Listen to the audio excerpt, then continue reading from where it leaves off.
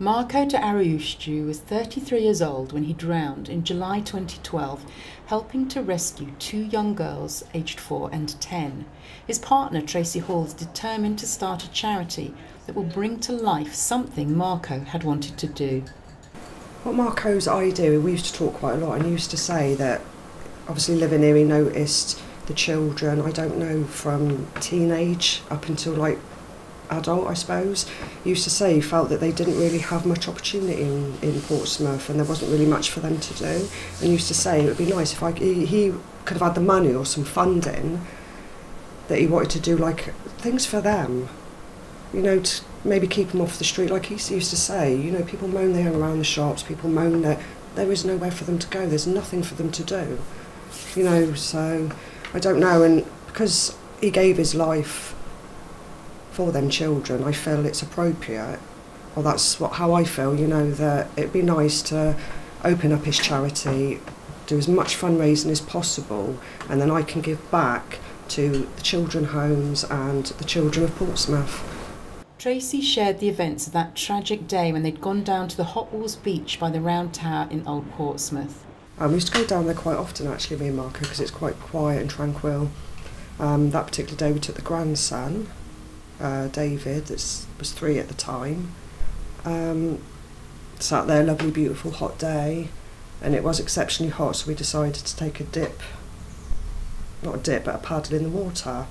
As we was leaving the water, there was a lady that had give out, said there was a little girl in trouble, and obviously she was saying, where's the mother, the little girl, somebody please help her. Like I said, we was leaving the water and Marco just ran off, said I need to go and help the children, and that was the last I seen of him. When he just didn't come back, what were you thinking? I don't know, I don't know. I thought he was going to be okay, and I knew, because I felt it.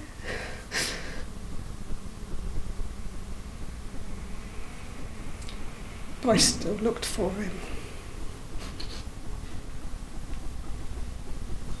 And it was just you and your grandson there as well? Yeah, because I did think at one point about putting my grandson down on the towel. Asked the lady to help watch him, and I wanted to go in and help Marco, but I don't know why I didn't do it. I didn't do it.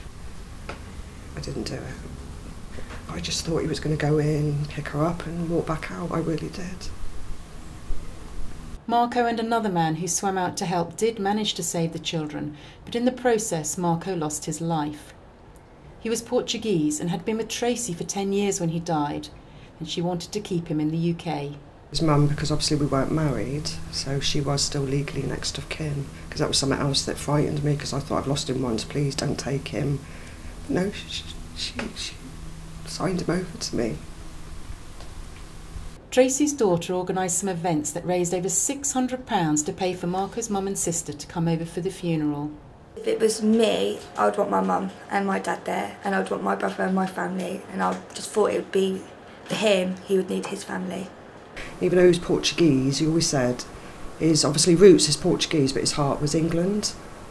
So when it was his funeral, you know, we had his Portuguese tops, didn't we, with 4 Marco on the back, and I think it was draped, wasn't it, a Portuguese flag and an English flag.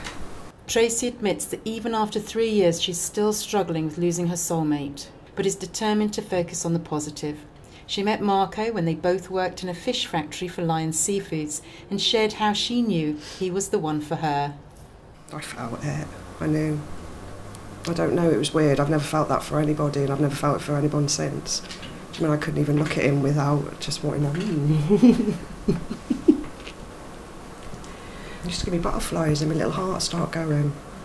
I still get it, even though he's not here, I still feel it. Tracy will be setting up her charity for Marco to help the youngsters of Portsmouth.